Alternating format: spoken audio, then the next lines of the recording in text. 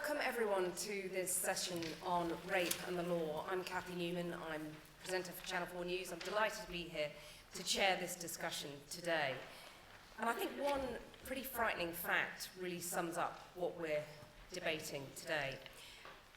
If the first woman who'd been raped by the minicab driver, John Warboys, had been believed, 74 others would have avoided the same fate. I think that's a pretty startling statistic. And one of our speakers today has talked about a culture of disbelief. And that perhaps is, for me, the heart of why so few victims still are getting justice. And we're repeatedly told that although a third of rape prosecutions don't end in conviction rates are at an all-time high. But if you dig a little bit deeper into those figures, I think it's a rather more depressing picture. Last week, I spoke to Professor Majesty, who is an expert professor at the Met Police on rape. And she's got a report coming out which uses publicly available figures, but they tell quite a depressing story, I think, because if you look at the Ministry of Justice figures that she quotes, only 23% of rape allegations in 2011 and 12, which were fully investigated, were solved. And that's halved since 2001 to 2.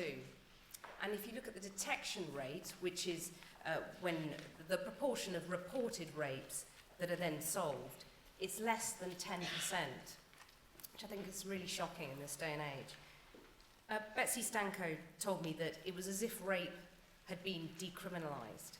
And I'm keen to discuss that with our speakers today. I've got to say, police forces and the criminal justice system are clearly making a huge effort. I reported not so long ago about the ACPO campaign to try and raise awareness of rape and get more women to report rape.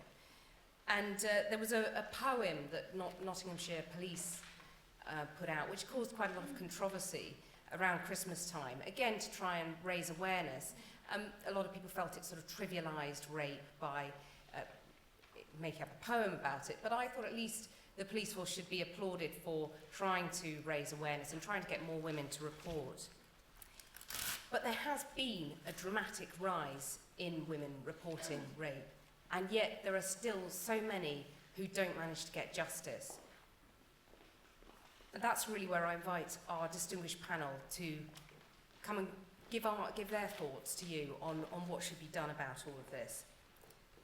We've got Drew Sharpling, who's Her Majesty's Inspector of Constabulary, and she chairs the National Rape Monitoring Group, which reports to the Home Secretary. This year, it was Drew who suggested that there was a culture of disbelief in some police forces about rape allegations.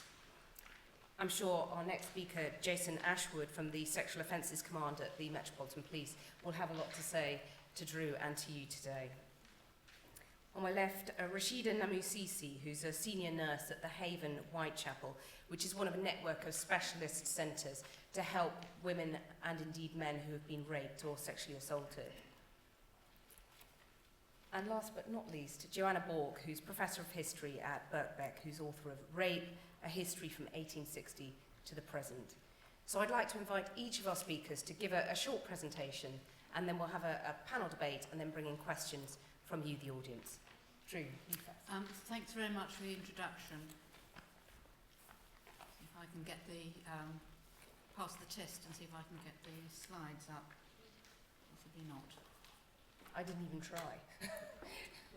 I have to say, I have a number of slides. They are available for you to pick up at the end of the session. So I want to say a couple of things about the Rape Monitoring Group and what we do in Her Majesty's Inspectorate of Constabulary to highlight the issues, the problems, the challenges for the victims of rape. The Rape Monitoring Group is a group which I happen to chair, but it involves agencies from the criminal justice system and other sectors. We have no executive power, so we can't actually require anybody to do anything, but at regular intervals we come together and we look at the available data published by the agencies on rape. Now, this is publicly available data, and everybody has access to it on the various agencies' sites. One of the challenges we face, though, is in interpreting the data. If rape is going up, there are more reports of rape. Is that because crime is increasing? Or is it because the victims of rape have more confidence in reporting what has happened to them to the authorities? So we did some work around putting some of that data together, particularly across police forces, but more of that to come, so we could try and understand how best to tackle quite wide variations in data across different forces. We know, for example, that the number of rapes reported, say, in Northamptonshire is very much higher than the number of rapes reported in Durham. Now, if you've got any of the slides in front of you, you can see some of that information there. And we don't really understand why that is. We do have some concerns about whether all rapes get reported properly, and we also have some good practice that we've seen about police forces encouraging victims to come forward. But we don't know the answers to these questions. But of course there's been a big change in the policing landscape, in particular over the last year or so, with the arrival of police and crime commissioners who hold their chief constable to account for the performance in their force. So, on the HMIC's website, and I do exhort you to log on and have a look if you're interested in this area, we have published force digests which enable the Police and Crime Commissioner to ask a number of questions using that data of their Chief Constable to say what is happening in your force. Why are the number of rapes so much greater in Force A compared with Force B? Why are the detection rates so much higher in place X and so much lower in place Y? And why, when forces decide to remove rapes from their system, it's called a no-criming event, why is that so different from force to force? And by asking these questions locally, as the police and crime commissioners are elected officials with a particular statutory function to perform, we hope to get into some of the granular detail of why performance looks so different across the criminal justice system, and where it's different for the wrong reason, then for remedial action to be taken, and swiftly. We will be publishing this data at least once a year, and I anticipate the next publication will be in July of this year. Thank you. Drew, thank you very much, and we'll pick up on some of those points in the discussion, I've no doubt. Jason, go ahead. Good afternoon. Jason Ashwood, I'm a detective superintendent in our Sexual Offences and Child Abuse Command. I've held that role for 5 years, and I took over that job just after the events of John Warboys, which was the cab driver example that we started off with. And yes, that was a very regrettable event, and that was what led to what we are now, which is a specialist crime command. I want to tell you about our command, what we do, how we respond to rape victims in London, how we work with our NHS colleagues on a daily basis to support victims of crime, and just set out some of the complexities about what it is like to try and convict somebody of rape and challenges that victims face when we do that. And hopefully that will start to put into context some of the issues that have been raised and will prompt some questions from you, I hope. In London, we have a command of over 1,000 officers. We invest almost £30 million a year in rape investigation and child abuse investigation. We deal with about 4,000 allegations a year, and that is an increase of about 30% on last year. In fact, it's over 4,000 this year, and allegations have increased this year by over 30%, which is a great sign of confidence. So far, in the first 10 months of this financial year, we charged almost 700 people with rape, and that was an increase on 13% of the previous year. So what that means is that every year, and this has happened ever since we took over 5 years ago, every year we've had more victims report to us, and every year we've had more charges than the year before. And this year, this current financial year, has been our most successful year for charging offenders. And there's a variety of reasons for that as we become more effective in working with the third sector and our NHS partners. With the NHS, we invest over £2 million a year in 3 medical centres. I jointly commission our Haven services. You'll hear from one of our clinicians who provide 24-hour, 7-day access and services to victims of rape and serious sexual violence, and provide an absolutely remarkable service. I'm thrilled that we'll hear from Rashida today. This is, without doubt, the most challenging area of policing. I've worked in counter-terrorism, organised crime, drugs and firearms. Sexual offences is without a doubt the most challenging area. It's the most challenging area because it's very hard to provide the support sometimes that we need for our victims to get them through the process, to get the outcomes that they want. It's very difficult sometimes to get the evidence that we need to support our victims, and the public scrutiny is insatiable, really. So within that whole operating environment, it is a great challenge, but we have an awful lot of officers that have worked in that field for a very long time because they feel very passionate about that role, very committed to it, because without a doubt it's one of the most important areas to support people who have suffered in that way.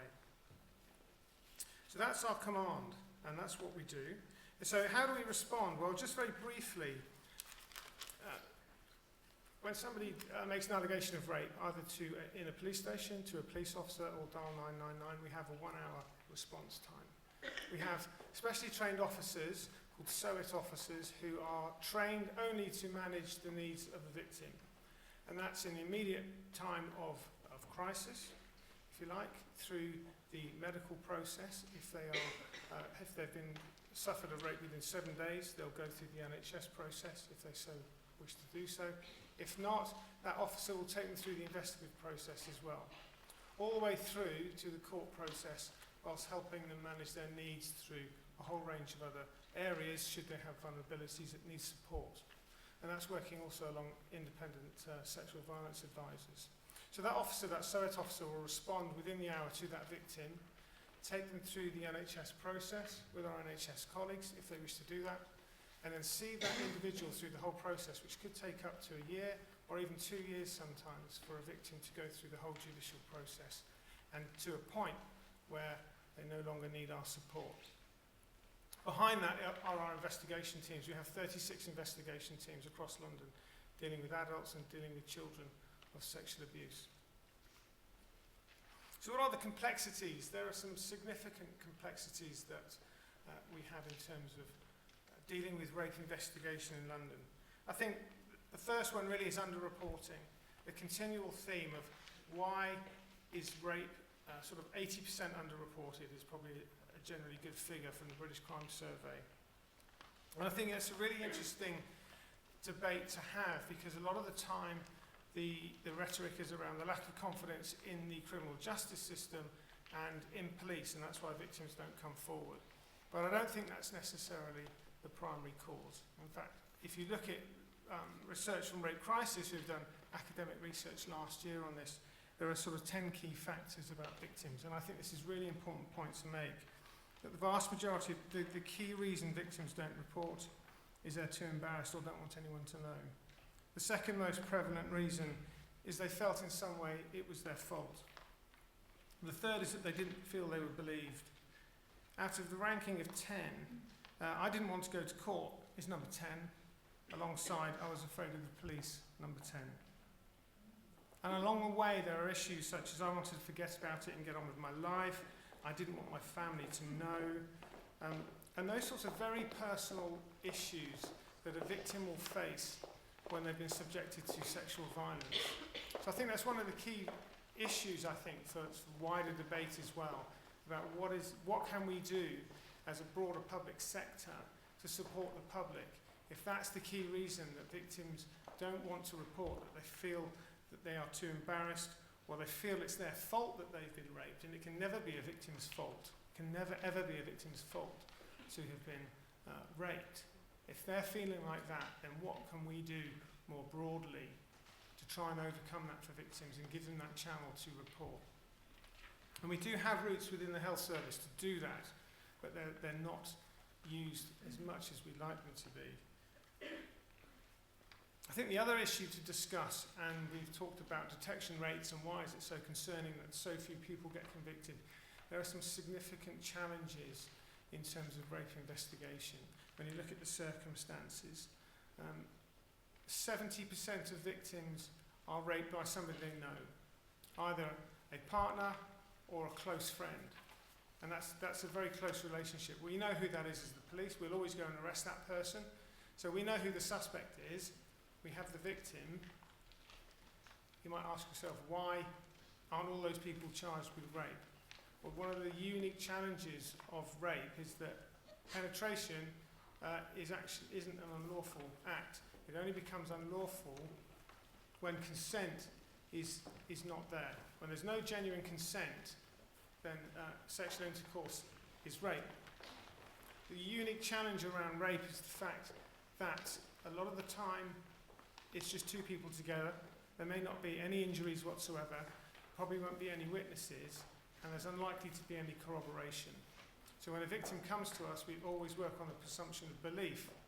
But when we put a case file to the CPS, if we can't prove beyond reasonable doubt that there's going to be likelihood of a prosecution or a conviction, then it's going to be very difficult for the CPS to give a charging decision. So that issue of the majority of victims knowing their suspect, and the issue being one of consent, we have to prove that consent wasn't there.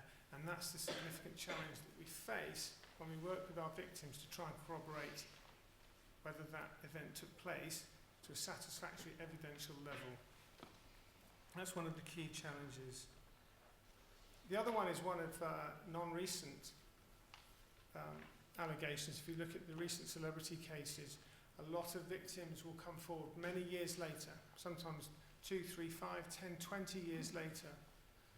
And we then have to investigate and support that victim through a process whereby there may not be any evidence at all. We can usually find out who the suspect is. But if the suspect denies that account and there aren't any other corroborating factors, then we're finding it very difficult to support an evidential account for that victim. So there are a whole different variety of situations where rape takes place, and each one of those is unique in terms of what evidence is available to help support that victim's account, and that's what makes supporting prosecutions in rape a challenge. But there are things we can do, there are more things we can do. We get better every year at how we do that, and this year I think our figures in terms of increased reporting by over 30% and significant more charges than the year before shows that we can improve, we can work with the CPS and our partners to improve, and we do that. I think there's more work to be done, and I think there's a wider debate to be had about how we can support victims who don't feel that they can come forward. Jason, thanks very much. That gave us a really fascinating insight to the progress made, but also the real challenges ahead. Rashida, thanks very much for coming along today, and please tell us what your work involves. Okay. My name is Rashida, and I'm the clinical nurse specialist at The Haven. There's 3 havens that are based in London. One is based in Paddington, the other one is based in Whitechapel, and one is based in Camberwell. Now, as my colleague Jason has just mentioned, we work hand in hand with the Metropolitan Police.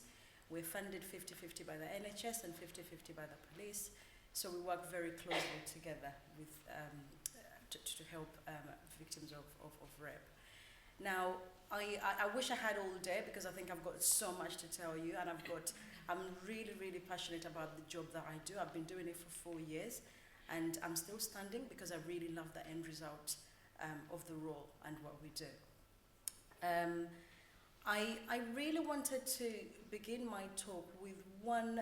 We received a card from one of the clients, and every time we read it, it really gives us the satisfaction and some sort of empowerment with the role that we do at the Havens, within the Havens and with the police. Now, one thing I wanted to mention is because we work hand in hand with the police, 3/4 of our clients are brought in by the police. However, we've got another proportion of clients who will attend the Havens just by themselves. They will look up on the website and find our details and contact us directly. And the card that I'm going to read is from one of the clients who is attended by themselves, but we've empowered her and we've directed her, and she's then engaged with the Metropolitan Police, and she's got a very good outcome. So here it comes. It's been a while since I came to the Haven, so I doubt you remember who I am. I was a client from back in 2009 as a US foreign exchange student. I had only been in London for 3 weeks, and when I came to you, I was scared, lost, depressed, and full of blame for myself. All of you were so kind to me. You helped me gain my confidence and set me back on the path towards healing. You gave me the strength and the resources to report to the police while empowering me by allowing me to choose to do so by myself. Most of all, you were the first people I blamelessly and openly spoke to about the rape without feeling I was breaching some sort of societal rule against the mention of rape. Since returning to the US, I have joined organizations which promote speaking out again about sexual violence. The stories I've had, others consistently remind me of how lucky I was to have received treatment from yourselves. I'm not finished my journey. This is constant. I'm not finished my journey. I'm not sure I will ever be, but I'm better because of you. Thank you for this wonderful work that you've done. It's life-changing, and so many of us have got a debt, are in your debt. I found that very, very touching from this client. This is a person who attended as a non-police. We empowered her, we gave her all the resources, we directed her through the right path in joining the Metropolitan Police, and she reported, and in a way she felt better about the whole situation. But I just wanted to say that because of what we do, letters like this come through the doors every day, and we really appreciate the fact that there's people out there whose differences changed because of the Havens and because of the Metropolitan Police and because of the work we do. Another case as well which I wanted to do, I mainly wanted to talk about case studies and just to show you how we sort of empower these people into literally to have a different angle towards rape so that they take a positive lifestyle from what we have given them. Another client attended back in 2008, and she had been raped by a stranger.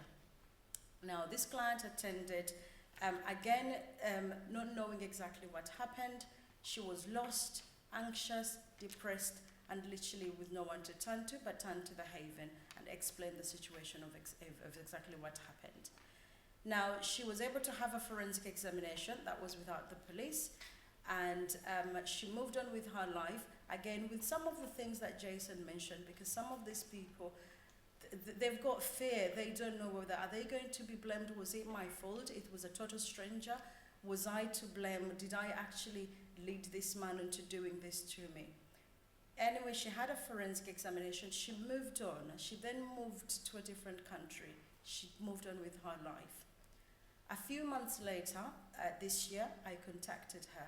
This just goes to show that regardless of what we do, we still keep in contact with these people.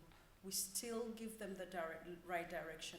We give them the choices on what they should do, what we can support them with.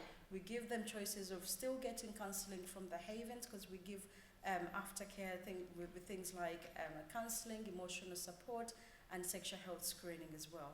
So she moved on to a different country.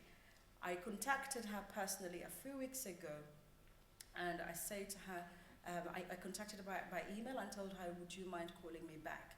And she responded immediately. But remember, this is 5 years later that I'm calling this person, and literally I'm bringing the whole situation, the whole feelings back out again to her. And I said to her that I've been contacted by the Metropolitan Police. The suspect has now offended again in a different region, which was totally outside London. But again, it just goes to show how we work hand in hand with the police. What is there for us to link in with this client? So I spoke to her and I said, how are you feeling? She cried. She couldn't believe that I'm calling her 5 years later. She was in tears. She couldn't believe I'm calling her now.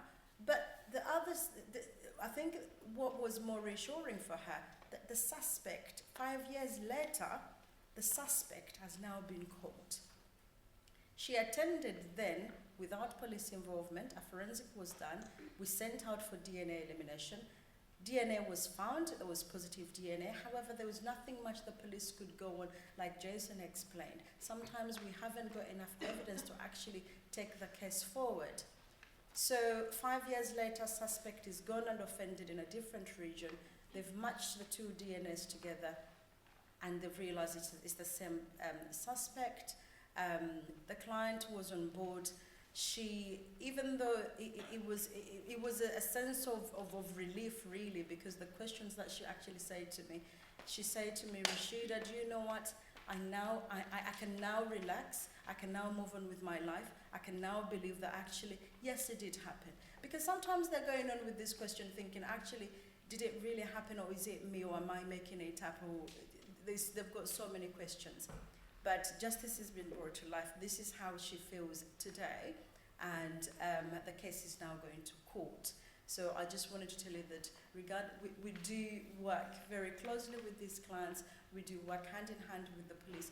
We empower these clients into, we give them all the options that they want, regardless. If someone attends to the haven without the police, it doesn't mean that their case is not going to be believed. It doesn't mean that they're not going to be valid.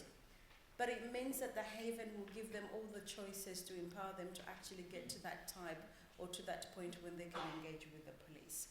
I just wanted to share those two cases with you.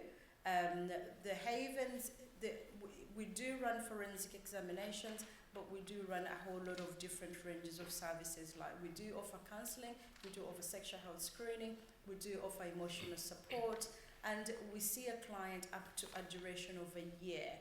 So if a client is still within a year's remit, they're welcome to be referred to the havens. And again, we will give them all the options and refer to our fellow team, which is the Metropolitan Police. Thank you very much for giving me this opportunity. I'm more happy to all the open questions. Thank you. Rashida, thank you very much. And we'll take questions when everybody's had a chance to speak. That's absolutely great. Joanna, perhaps you could put everything in a sort of historical and cultural perspective for us. Yes, I'm afraid I am coming from a different perspective, because basically I'm an historian, and I really became very interested in this topic when I came across, I did this interview with a man who had served in Vietnam, and this interview was very, very upsetting, and I remember not quite knowing how to respond at the time. Basically, he tells the story about how he and his fellow soldiers basically kidnapped this young girl, and they gang rape her. They each take turns, and he starts stuttering as he's talking about this, and of course it comes his turn, and so he starts raping her, and he talks about how all of a sudden this young Vietnamese girl turned towards him, and she said in English, she says, "But why? Why are you doing this to me? Why are you doing this to me?" And that interview, I think, it haunted me for many, many years before I started working on the topic. So, in other words, rape not as this kind of rape of the environment or rape of a city, Nanjing, or the country Kuwait, etc., but rape as the deliberate violation of a person. I think we constantly need to be reminded, as we just have been, of these individuals within their particular contexts and how they are experiencing this. I think it was that interview, but it was also the statistics that got me interested in this. As a historian, I kind of had this rather naive belief that, well, things are not great, but they have been worse in the past. And it was shocking for me to discover this country, 1970s, 1 in every 3 cases of rape that come to the attention of the police ended in conviction. 1 in 3 in the 1970s. It was 1 in 4 in the 1980s. 1990s, it was 1 in 10. And when I was writing my book, it was 1 in 20. So in other words, despite 40 years of feminism, despite 40 years of rape reform, reforming of the police force and of legislation, that things had actually got significantly worse. And this is where I think actually history can give us something, because history actually points us to the long, the deeply embedded and long history of some of the attitudes that we express and people in our community have about rape. I mean, rape has not been silenced in our society. In fact, quite the opposite. We have become inured to it. It proliferates everywhere. You can't have a war film without a rape scene. 1 in 8 Hollywood films include a rape scene. So many romances that we read depict the heroine being ravished against her will. We have become, in a sense, complicit in rape talk and rape ideology. One of the things that I think is very, very interesting is the longevity of rape myths in our society. So the myths such as no means yes, a very, very important one. Myths such as you can't rape a resisting woman. And again, very, very important, has a very, very long history. In fact, in police and jurisprudence textbooks of the 19th century, they had a terrible way of stating it. They said things like, you can't sheathe a sword in a vibrating scabbard. In other words, the penis coded as weapon, the vagina as the scabbard. So if it just vibrates, rape cannot take place.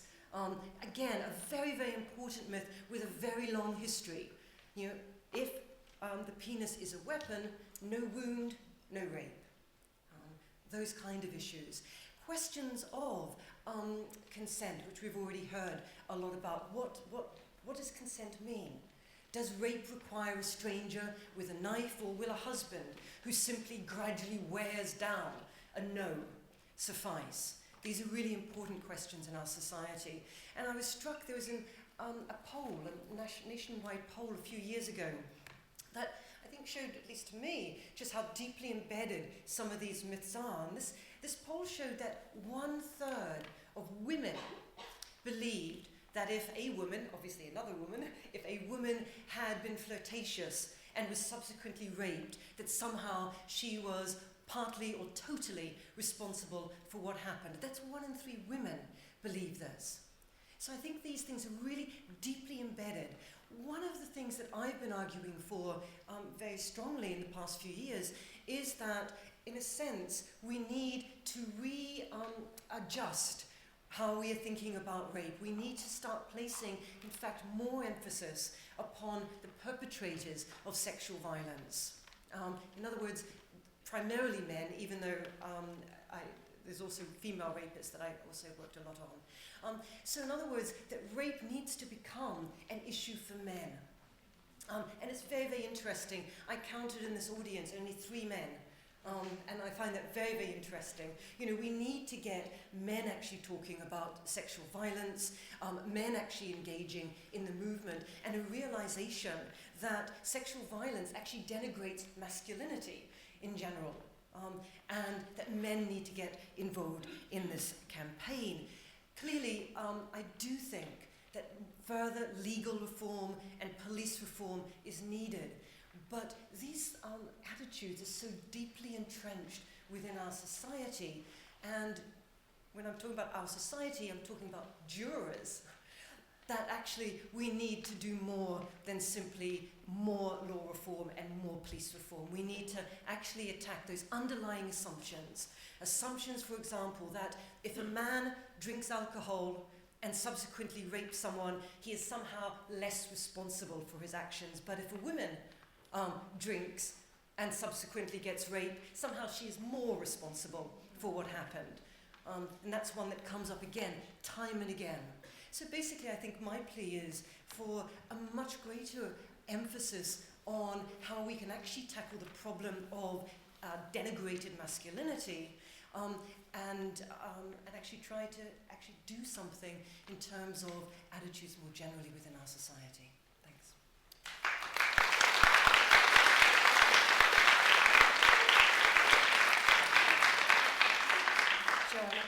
very much. I found some of those figures you came up with completely astonishing. And perhaps if we start there and put that to Drew. I mean, the figures that you came up with at the start, just showing how things have got worse over 40 years.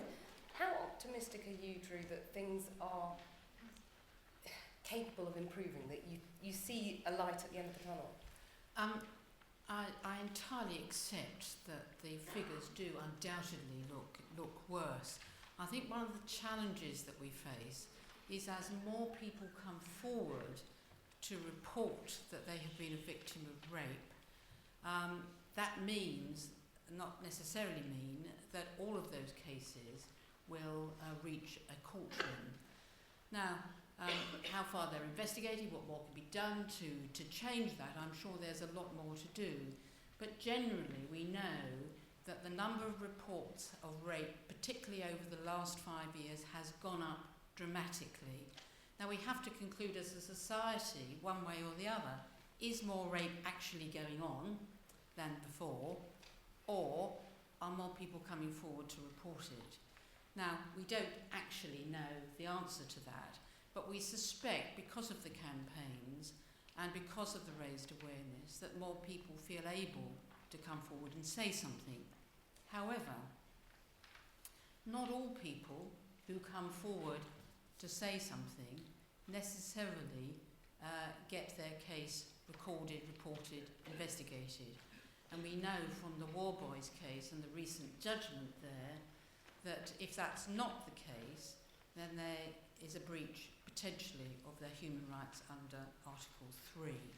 So a long way to go, I think, but a long way travelled already.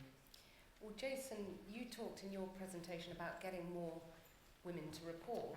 I'm not saying that the battle's over on that, but such progress has been made. Do you think that more focus now needs to be put by the police on the problem of police taking no further action? In other words, women have done a lot to report now, and more of the focus needs to be on police upping their game. I think from the statistics from this financial year, rape reporting is up 30% in London, and our detections are up some 13% in London. And I think we need to be really careful when we use statements such as things are getting steadily worse. When we talk about 1 in 10 victims get charged, there's two things going on. There's the amount of victims that are coming forward to report rape. Every time more victims come forward, they get access to services. That is a success. It's an absolute success when more victims come forward to report, because we can signpost them to services, be they clinical or be they policing services. A proportion of those victims we will be able to secure a charge or conviction on, but it will never be one for one. Detection rate less than 10% though. I mean, that's woeful. The detection rate in London is 18%. Okay, better than 10%, 18%. but it's still pretty woeful, is it not? It is. 18% is the detection rate. I think we need to be really careful when we say woeful, because there's an awful lot of victims who come forward, they want help, they get signposted to services, they get the help they need, but they don't want to go through the court process. So there's a key issue here of understanding that not every single victim can either have a criminal justice outcome or would necessarily want that. What is critically important is that people come forward and they get signposted to the services that they need to help them. And we've just had a clear example here about how coming forward and being signposted to the right services, be they third sector, NHS or police, can help victims, and that's what's really important. Well, let me bring in Rashida here, because do you think it's the case that the women who come to your centre, that some of them can't face going through all the way and getting a successful conviction? I think Jason has already touched base on some of the reasons why some of the victims don't feel that they're able to actually do so. However, there's loads of reasons why they don't. There's fear, there's self-blame, there's guilt, there's thinking. I think a lot of it is, will I be believed? Who's going to believe me? I think some of those, and some of it, is it my fault, or is it because I laid the perpetrator to do this? Because, say for example, maybe I was drunk, maybe it's my fault, I'm not going to go forward because I was drunk. And again, you find that some of those cases, a lot of the stranger attacks that we get of the cases who've actually gone forward, It could be that the client was totally drunk and she had no recollection of what happened, but she brings herself forward to come to one of the havens and have a forensic examination, because we're there to believe everyone in their capacity. We're not able to turn away any client. So we believe everyone until proven otherwise. So we'll go ahead. Do you think that's the case in the police, though? Do you think this culture of disbelief is really a big problem in many forces? I can't speak for other forces, I can only speak for our own force, and we work on a presumption of belief and recording every single crime. Every single allegation that comes to us will be recorded, and we will take that allegation at face value, and then we will investigate it.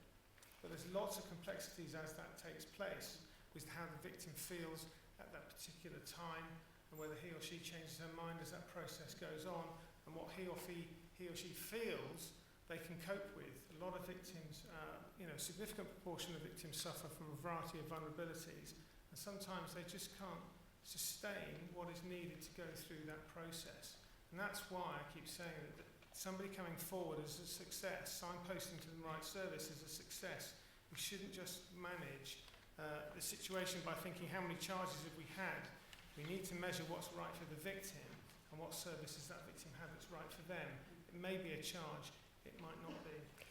Yeah, I mean, I agree to a large degree with what's just been said. Of course, one has to take the victim's needs, desires, preferences into account. But I was very struck with something you just said, so much so I wrote it down. You said that not every victim can have access to criminal law investigation. Well, actually, every victim who wants it should have access to the criminal law investigation. Sorry, I think that you probably misinterpreted a criminal justice outcome. A criminal justice outcome, which would be a charge or a conviction. So not every victim the CPS will give a charging authority for, because the evidence will not be there on the balance of probabilities to get a conviction. That's what I meant. Okay, fine. But to come back to this thing about proportions and change over time, the statistics are very, very clear that there has been this shift. What is interesting, and there definitely have been a massive increase in the numbers of people reporting. Just from the 90s to the, I think it's 2009, I did have the statistics somewhere. It goes up from something like 4,000 women making accusations to something like 12,000 women making accusations. So there's a vast increased number of women reporting sexual violence, partly, of course, due to changes in the law, which means that certain kinds of sexual violence now can be reported, such as it's not until 1992 that a wife could even report her husband for rape. So that is definitely the case. But I don't think anyone is arguing, and certainly no one here is arguing, that we think that 92% of the people who do report are somehow making it up. False accusations. There was a wonderful, really interesting Home Office report, I think it was in 2003, which actually addressed the issue of false accusations in rape. And concluded that after taking everything into consideration, it was about 3%, which is actually quite lower than many violent crimes. So I think the interesting thing, at least for me, about sexual violence is that you have to be really particularly unlucky to be convicted of rape in this country. I think one of the issues that struck me, having dealt with now 2 reports, and I mentioned this before, there is a means whereby a case can be removed from the system and declassified and it's called a no crime. So once it gets onto the police system, it can be later no crime if there's verifiable evidence that no crime was committed. Now that's a sensible approach where, for example, somebody thinks something's been stolen, it turns out that it hasn't been, and is found again. It is legitimately classified as a no crime. But we know nationally that the no criming rate for rape is around 12%, and a similar kind of offence in the form of grievous bodily harm with intent carries life imprisonment on indictment. The no criming rate is around 3%. Now, Jason, what's your explanation for that? I can't speak on behalf of other police forces, but there are Home Office, called the Home Office counting rules, which which dictate how we record and classify crime, and when a crime should be recorded and when a crime should be sort of unrecorded, for want of a better word. And the no crime rate is a contentious one, because what we're essentially saying is the victims come forward and saying, I was raped, and then we're doing an investigation, and then we're essentially saying, well, on the evidence that we can find, this didn't take place, and so it's unclassified. And that is an issue of concern. In London, we've put a new process in place to review those at a more senior level to make sure that the classification is the right one for the crime reports. So it was a particular issue at the Southwark Sex Crime Unit, which is your unit, isn't it? And I mean, I know it happened before you joined, but were you able to gather what had gone wrong there when you? This is a matter of public record. It's 6 years old in terms of how crimes were being managed under territorial policing and how crime reporting and no crime was being managed. But that was, along with catalysts, that was one of the catalysts, along with the War Boys case, that made the organisation think, okay, we need to move this from 32 different CID departments, if you like, to one specialised command within the specialist crime arena. And so that was one of the catalysts, if you like, for change. But our crime rate and our crime recording is overseen independently by a crime management unit and inspected by the Majesty's Inspector and other such bodies to make sure that it's credible and lawful. So that's the process without going into too much detail. Okay. You know, and it is a contentious one for debate. Well, I've got a zillion other questions myself, but I want to give everybody here a chance